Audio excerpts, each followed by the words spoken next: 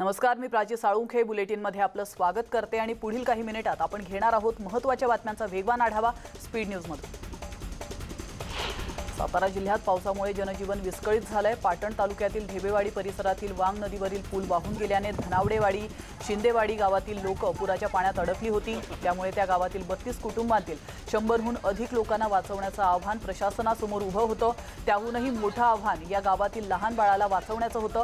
ग्रामस्थ आणि प्रशासन यांनी मानवी साखळी तयार करत या चिमुकल्याचा जीव वाचवला।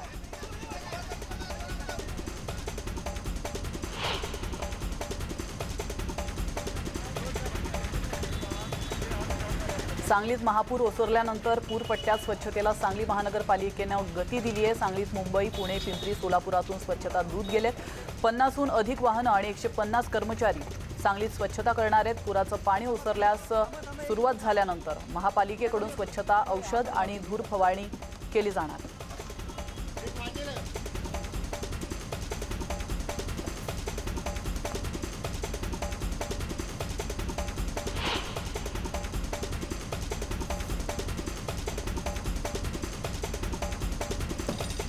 कोल्हापुरातील बाजार भोगाव परिसरात रेशन धान्य खड्ड्यात बुजवण्यात आलं आहे। तर पुराच्या पाण्यामुळे खराब झालेलं धान्य जेसीबीच्या साहाय्याने खड्ड्यात बुजवण्यात आलंय। रेशन धान्य संघातील धान्य वेळेवर दुसरीकडे न गेल्याने हा प्रकार घडला। या सर्व प्रकारामुळे गरिबांच्या तोंडातील घास खड्ड्यात गेला।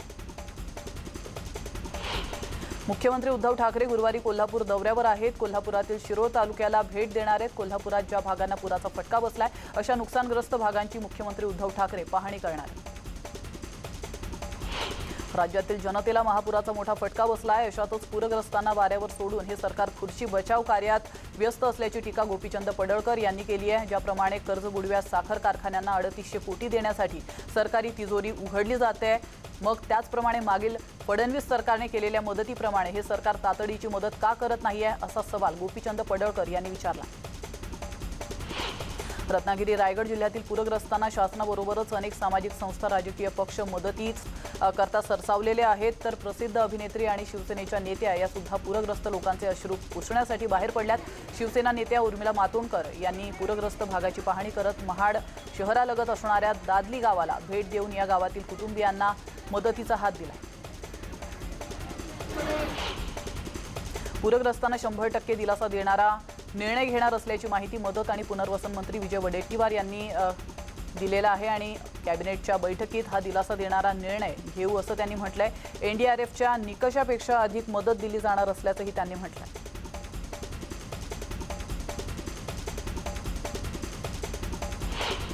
रत्नागिरीत महापुराने एकूण 237 कोटींचं नुकसान झाल्याची माहिती पालकमंत्री अनिल परबांनी दिली आहे। रत्नागिरीत 35 जणांचा महापुरात मृत्यू झाला असून 20 जण जखमी झाले असल्याचं त्यांनी म्हटलंय।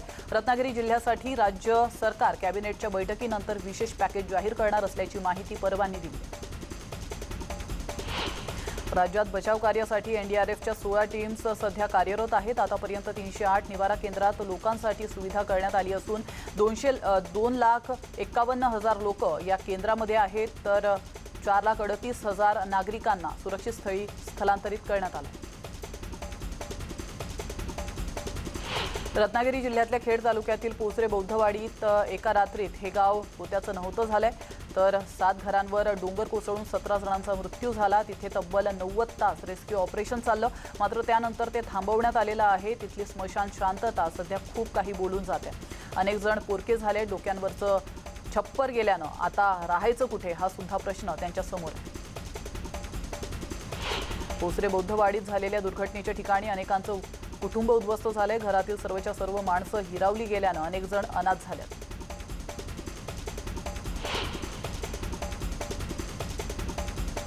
ढगफुटीप्रमाणे कोसळणारा मुसळधार पाऊस, काळोखी रात्र आणि कोसळलेला डोंगर अशी भीषण परिस्थिती असताना त्याच गावातील प्रमोद निकम या गृहस्थाने आपल्या सहकाऱ्यांच्या मदतीने ढिगाऱ्याखाली अडकलेल्या 5 जणांना बाहेर काढण्यासाठी प्रयत्न केले।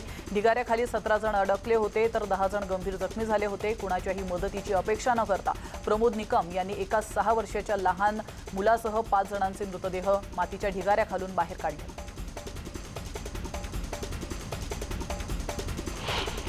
वेरळ गोवळकर वाडीचा पाणी पुरवठा करणारी वायर जगबुडी आणि सूरज नदीच्या संगमाजवळील पुराच्या पाण्यामध्ये अडकली आहे। महावितरणच्या अधिकारी कर्मचाऱ्यांना घेऊन जाणारी बोट सोरी नदीवरील पद्धतीचा बांधलेला बंधा याजवळ उलटल्याची दुर्घटना घडलेली आणि सुदैवानं सर्वांची सुटका करण्यात आली असून त्यांची सुखरूप सुटका करण्यात आली।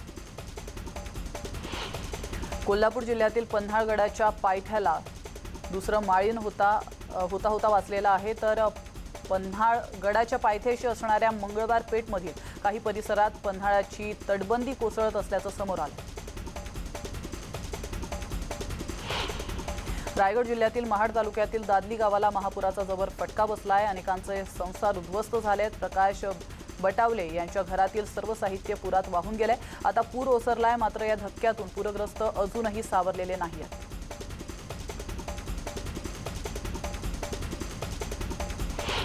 रायगड जिल्ह्याला महापुराचा फटका बसलाय, त्याचा परिणाम पाणी पुरवठ्यावरही झालाय। नागरिकांना पाण्यासाठी पायपीट करावी लागते। अनेक सामाजिक संस्थांकडून बॉटल बंद पाणी दिलं जातंय, मात्र हे पाणी कुटुंबाच्या गरजा पूर्ण करू शकत नाहीये।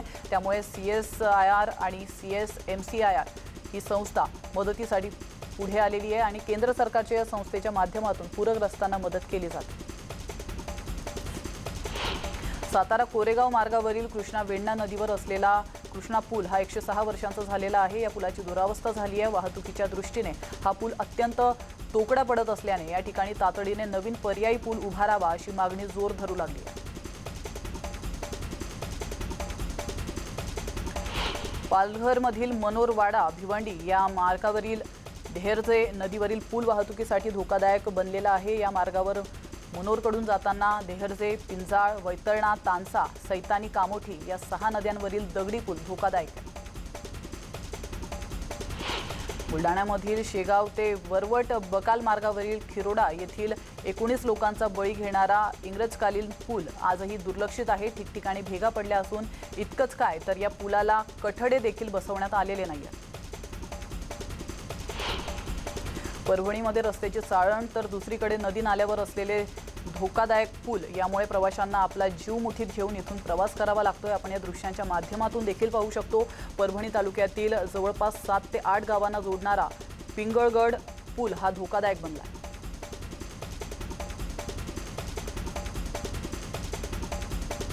नंदुरबार जिल्ह्यातून जाणाऱ्या राष्ट्रीय महामार्ग क्रमांक 6 म्हणजेच अमरावती सुरत राष्ट्रीय महामार्गावरील सर्वच पूल आता धोकादायक बनलेत। नवापूर तालुक्यातून जाणाऱ्या या महामार्गावर जवळपास 6 पूल आहेत, तरी ते ब्रिटिशकालीन अथवा त्यासम जुने असल्याने ते अक्षरशः खिळखिळे झालेले आहेत आणि या पुलांची अवस्था पाहून यावरून जाणारे प्रत्येक वाहन हे जीव मुठीत घेऊन प्रवास करत आहे। बातमी आहे लातूरमधून। लातूर जिल्ह्यातल्या पेठ गावाजवळील राष्ट्रीय महामार्गावर असलेला तावरजा नदीवरील पूल सध्या प्रवाशांसाठी धोकादायक बनला आहे। या पुलावर मोठमोठे खड्डे पडले असून पुलाच्या बाजूचे कठडे देखील तुटले। अमरावती जिल्ह्यात ग्रामीण भागात पुलांची दुर्दशा झाली असून यामुळे नागरिकांना नाहक त्रास सहन करावा लागतोय। चांदूर रेल्वे तालुक्यातील जिल्हा परिषदेच्या अखत्यारीत असलेला धानोरा मोगल ते सावंगी संगम या गावाला जोडणारा अर्धा पूल पूर्णतः खचलाय। आईवडिलांसोबत शेतात गेलेल्या 2 सख्या भावंडांचा शेततळ्यात बुडून मृत्यू झाल्याची दुर्दैवी घटना बीड जिल्ह्यातील लाडेवड गाव या ठिकाणी घडली आहे। तर हर्षद लाड आणि उमेश लाड असं शेततळ्यात बुडून मृत्यू झालेल्या 2 भावंडांची नावं आहेत। चिपळूण ST डेपोचे व्यवस्थापक रणजित शिर्के यांनी जीवाची पर्वा न करता पुराच्या पाण्यातून डेपोमध्ये जाऊन 8 लाखांची रक्कम शिर्के यांनी रात्र STच्या टपावर बसून ताब्यात घेतली आहे। त्यांच्या या कामगिरीबाबत परिवहन मंत्री आणि महामंडळाचे अध्यक्ष अनिल परब यांनी डेपोमध्ये जाऊन रणजित शिर्के यांचा सत्कार केला। नागपूर जिल्ह्यात डेंग्यूचा प्रकोप सातत्याने वाढताना दिसत असून मागच्या 1 महिन्यात जिल्ह्यात 374 डेंग्यूचे रुग्ण आढळले असून यापैकी नागपूर शहरातील 162 डेंग्यूचे रुग्णांचा समावेश आहे। असं असताना नागपूर महानगरपालिकेच्या पार्किंगमध्ये साचलेलं पाणी आढळून आलं। रत्नागिरी जिल्ह्यातल्या खेडमध्ये झालेल्या महापुरामध्ये आणि कोसळलेल्या दरडीमध्ये खेड तालुक्यातील 9 गावांमधील 67 जनावरं मृत्युमुखी पडली आहेत, तर 60 कोंबड्या मेल्या असल्याची माहिती समोर आली आहे। खेड पंचायत समितीच्या पशुधन विकास अधिकाऱ्यांनी ही माहिती दिली आहे। पुण्यात काँग्रेसने रस्त्यावरील खड्ड्यांच्या विरोधात आंदोलन सुरू केले, मात्र सत्ताधारी भाजपने आंदोलनापूर्वीच रस्ते बुजवले आहेत। भाजपने डांबरी रस्त्यावर सिमेंट आणि खडी ओतून खड्डे बुजवण्याचा प्रयत्न केलाय, मात्र तरीही काँग्रेस आंदोलनावर ठाम असून रस्त्यावर विट्टी दांडू आणि गोट्या खेळत आंदोलन करत आहे। राज ठाकरेंच्या पुण्यातील दौऱ्यात एका चिमुरड्याने सर्वांचंच लक्ष वेधून घेतल्याचं बघायला मिळालंय। कारण तिसरीत शिकणारा हा सोहम आईशी भांडून राज ठाकरेंचा ऑटोग्राफ घेण्यासाठी आला होता। राज यांनीही मग खुल्या दिल्यानं या चिमुरड्या फॅन्सचे लाड पुरवले। नाशिक महानगरपालिका निवडणुकीच्या पार्श्वभूमीवर मनसेनं नाशिकमध्ये कमबॅक केलंय। अमित ठाकरे यांच्या नेतृत्वाखाली कमबॅक केलंय। गेल्या 5 वर्षात नाशिककरांची निराशा झाली आहे अशी टीका मनसेनं केली आहे। मनसेच्या कार्यकर्त्यांना न्यायालयाने 1 दिवसाची पोलीस कोठडी दिली आहे। मनसेच्या वतीने महानगरपालिका आयुक्त आस्तिक कुमार पांडे यांच्या बंगल्याला पाणी पुरवठा करणारी पाईपलाईन कापून आंदोलन केलं होतं। शहरातील काही भागाला पाणी पुरवठा नियमित होत नसल्याने मनसेच्या वतीने हे अनोखं आंदोलन केलं गेलं होतं। औरंगाबादला होऊ घातलेलं स्पोर्ट्स विद्यापीठ पुण्याला जाणार असल्याचं समजल्याने MIMच्या वतीने औरंगाबादमध्ये धरणं आंदोलन सुरू करण्यात आलंय। माजी मुख्यमंत्री देवेंद्र फडणवीस यांनी मराठवाड्यात आंतरराष्ट्रीय दर्जाच्या स्पोर्ट्स विद्यापीठाची घोषणा केली होती। मात्र नंतर ते काही राजकीय नेत्यांनी पुण्याला वळवलं असल्याचा आरोप जलील यांनी केला। मुंबईचे माजी पोलीस आयुक्त परमबीर सिंग यांच्यावर दाखल असलेल्या गुन्ह्याच्या तपासासाठी मुंबई पोलिसांकडून SITची नेमणूक करण्यात आली आहे। मुंबईचे माजी पोलीस आयुक्त परमबीर सिंग आणि इतर 5 पोलीस अधिकाऱ्यांवर मरीन ड्राईव्ह पोलीस स्टेशन या ठिकाणी गुन्हा दाखल करण्यात आला होता। या गुन्ह्याचा तपास करण्यासाठी मुंबई पोलिसांकडून SITची नेमणूक करण्यात आली आहे। भाईंदर येथील विकासक श्याम सुंदर अग्रवाल यांनी मरीन ड्राईव्ह या ठिकाणी परमबीर सिंग आणि मुंबई पोलीस दलातील 5 अधिकाऱ्यांविरुद्ध 15 कोटींची खंडणी मागितल्याप्रकरणी गुन्हा नोंदवला। प्रताप सरनाईकांना मुंबई हायकोर्टाने दिलासा दिलाय। 23 ऑगस्टपर्यंत ईडीने कारवाई न करण्याचे आदेश हायकोर्टाने दिले आहेत। सरनाईकांना NSCL आणि सिक्युरिटी घोटाळा प्रकरणी दिलासा मिळालाय। मात्र तपास यंत्रणांचा सहकार्य असल्याने करण्याचे निर्देशही न्यायालयाने सरनाईकांना दिले। सॉफ्ट पॉर्न प्रकरणी सध्या न्यायालयीन कोठडीत असलेल्या उद्योगपती राज कुंद्राला जामीन देण्यास मुंबई हायकोर्टाने नकार दिलाय। आपली अटक बेकायदेशीर असून आपल्याला तातडीने जामीन देण्यात यावा अशी मागणी करणारा अर्ज राज कुंद्राने हायकोर्टात दाखल केला होता। त्यावर सुनावणी करताना राज कुंद्राची अटक बेकायदेशीर असल्याचा दावा कोर्टाने अमान्य केलाय। राज कुंद्राला जामीन देण्यास कोर्टाने नकार दिलाय। उस्मानाबाद विनापरवाना वाळू व्यवसाय सुरू ठेवण्यासाठी लाच देताना अधिकाऱ्याला अटक करण्यात आली आहे। तर भूमच्या उपविभागीय अधिकारी मनीषा राशींसह 1 जण अजून अटकेत आहे। 20,000 रुपये स्वीकारताना कोतवाल नरसिंग जानकरला अटक करण्यात आली आहे। कोतवाल नरसिंग जानकर दर महिना 1,10,000 रुपये हप्ता घेत होता। बातमी आहे नाशिकमधून। नाशिकच्या करन्सी नोट प्रेसमधून 5 लाखांच्या नोटांचं बंडल चोरीला गेलेल्या प्रकरणाचा तपास उपनगर पोलिसांनी कौशल्याने केलेला आहे। या प्रकरणी आता पोलिसांनी 7 वरिष्ठ अधिकारी आणि कामगारांवर ठपका ठेवलाय। यात उपप्रबंधक, सहाय्यक प्रबंधक आणि सुपरवायझर यांचा समावेश आहे। एकूण 7 जणांवर निलंबनाची कारवाई करण्यात आली आहे। कर्तव्यात कसूर केल्याचा ठपका त्यांच्यावर ठेवण्यात आला। बीड तालुक्यातील मांडवाजवळील आदिवासी भिल्ल समाजाचे 40 कुटुंब राहतात। सध्या पावसाळ्यात देखील या आदिवासी कुटुंबांना भीषण पाणी टंचाईचा सामना करावा लागतोय। गावात पाणी आहे मात्र आदिवासी वस्तीला पिण्याचं पाणी मिळत नाहीये। परिणामी पाणी मिळावं यासाठी भिल्ल समाजातील महिला आणि अबालवृद्धांनी जिल्हाधिकारी कार्यालयासमोर ठिय्या आंदोलन केलं। लातूर जिल्ह्यातील औसा तालुक्यातील माळुब्रा या गावात तब्बल 19 कोरोना रुग्ण आढळल्याने मोठी खळबळ उडाली आहे। बेलकुंड येथील प्राथमिक आरोग्य केंद्रातील वैद्यकीय पथक विशेष तपासणी करण्यासाठी या गावात दाखल झालंय। तर औसा तहसीलदारांनी माळुब्रा गाव सील करण्याचे आदेश दिले। मणिपूरमध्ये बांगलादेश सीमेवर गोळीबारात जखमी झालेले आणि उपचारादरम्यान वीरमरण पत्करणाऱ्या जवान निलेश महाजन यांच्यावर साश्रू नयनांनी धुळे जिल्ह्यातील सोनगीरमध्ये अंत्यसंस्कार करण्यात आलेत। शासकीय इतमामात अंत्यसंस्कार पार पडलेत। यावेळी 10,000हून अधिक जनसमुदाय निलेश यांना अंतिम श्रद्धांजली अर्पण करण्यासाठी उपस्थित होते। गेल्या वर्षभरापासून कोरोनाच्या संकटामुळे लातूर जिल्ह्यातल्या सर्व प्राथमिक शाळा बंद आहेत। मात्र या संकटात देखील संधी शोधत लातूर जिल्ह्यातल्या एकूण 500 प्राथमिक शाळांचं रूप मिशन बाला अंतर्गत बदलण्याचा निर्णय जिल्हा परिषदेचे CEO अभिनव गोयल यांनी घेतला आणि पहिल्या टप्प्यात जिल्ह्यातल्या विविध गावखेड्यातील 300 प्राथमिक शाळांचं रूप बदलून गेलं। सांगलीतील सांगलीवाडीमधील मुस्लिम दफनभूमी परिसरात भल्या मोठ्या मगरीचं दर्शन झालंय। त्यामुळे नागरिकांमध्ये भीतीचं वातावरण पसरलं होतं। या मगरीची माहिती मिळताच मगरीला पकडण्यासाठी वनविभाग, प्राणीमित्र आणि तरुण यांनी अथक प्रयत्न करत मगरीला पकडलंय। या मगरीला आता वनविभागाच्या स्वाधीन करण्यात आलंय।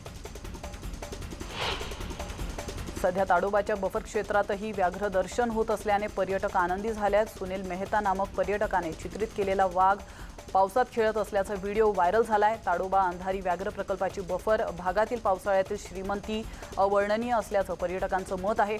तर कोरोना काळात व्याघ्र पर्यटनावर संक्रांत ओढवली असताना या व्हायरल व्हिडिओने व्याघ्रप्रेमींच्या आशा पल्लवित केल्या।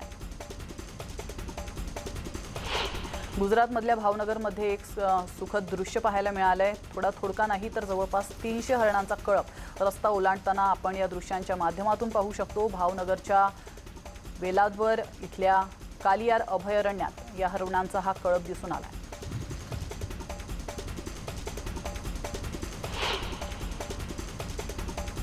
इथं घेतो एक छोटासा ब्रेक, लगेचच परत येतो। तुम्ही पाहत राहा स्पीड न्यूज।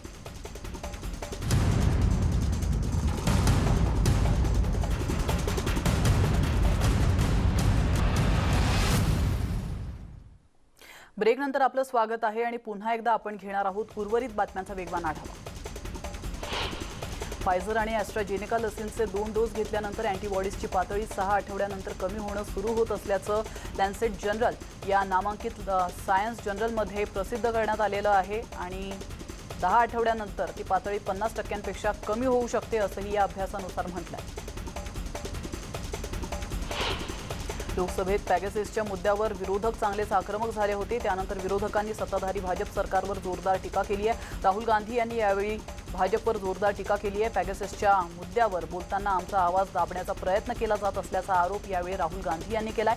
दरम्यान पॅगेसेसचा सूत्रधार कोण यावर केंद्र सरकार उत्तर देत नाही। या मुद्द्यावर संसदेत चर्चा का होत नाही असा प्रश्नही राहुल गांधी यांनी उपस्थित केला। भाजप नेते बसवराज बोम्मई हे कर्नाटक राज्याचे नवीन मुख्यमंत्री बनलेले आहेत। बुधवारी राजभवनातील शपथविधी सोहळ्यात राज्यपाल थावरचंद गेहलोत यांनी मुख्यमंत्री पदाची शपथ त्यांना दिली। जम्मू काश्मीरमधील किश्तवाड जिल्ह्यातील एका गावात ढगफुटी होऊन त्यात 4 जण ठार तर किमान 30 ते 40 लोक बेपत्ता झालेत। जम्मू प्रदेशातील किश्तवाड जिल्ह्यातील हुंजार गावात बुधवारी पहाटे ही घटना घडली। उत्तर प्रदेशात भीषण अपघात झाला। या अपघातात 18 प्रवाशांचा मृत्यू झालाय। बाराबंकीजवळ ट्रकची बसला धडक बसली आहे। यात या प्रवाशांचा मृत्यू झालाय। ही बस हरियाणामधून बिहारला जात होती आणि यावेळी हा अपघात झाला। टोकियो ऑलिम्पिकमध्ये प्रवीणला राऊंड ऑफ 16 मध्ये पराभूत केलं। भारताची आघाडीची बॅडमिंटनपटू पी.व्ही. सिंधूने टोकियो ऑलिम्पिकमधील आपल्या कामगिरीत सातत्य ठेवत आणखी एका विजयाची नोंद केली आहे। पी.व्ही. सिंधूने टोकियो ऑलिम्पिकमध्ये विजयी सुरुवात केल्यानंतर महिला एकेरीच्या ग्रुप स्टेज सामन्यात हाँगकाँगच्या चेउन गॅन हिचा सहज पराभव केला। भारताच्या महिला हॉकी संघाला बुधवारी पराभवाचं तोंड पाहावं लागलंय। ग्रेट ब्रिटनच्या संघाने भारतीय महिला संघाचा 4-1च्या फरकाने पराभव केलेला आहे। या पराभवामुळे भारताचा पुढील फेरीत जाण्याचा मार्ग आणखीनच अवघड झाला। भारतीय महिला बॉक्सर पूजा राणीने पहिल्याच फेरीत अल्जेरियाच्या शाईब इचाकचा पराभव केलेला आहे। 5 पंचांनी पूजाला 10 पैकी 10 गुण दिले।